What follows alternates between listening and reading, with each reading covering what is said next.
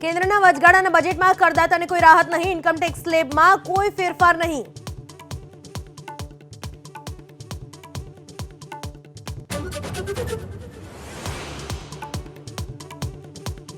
કેન્દ્ર સરકાર મધ્યમ વર્ગ માટે લાવશે આવાસ યોજના.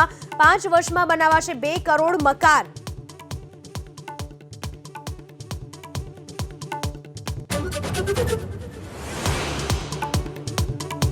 ગુજરાત વિધાનસભાના બજેટ સત્રનો પ્રારંભ. ગુજરાત ગણોત, વહીવટ અને ખેતીની જમીન કાયદા સુધારા વિધેયક 2024 ગૃહમાં કરાશે રજૂ.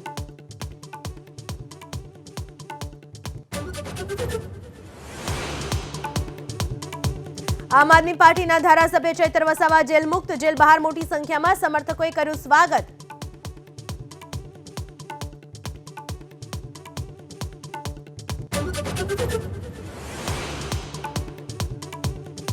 ગુજરાત યુનિવર્સિટીઓમાં એનિમેશન વિભાગમાં અભ્યાસ કરતા વિદ્યાર્થીઓનો હોબાળો. અધ્યાપકોની ઘટને કારણે અભ્યાસથી વંચિત હોવાનો આરોપ.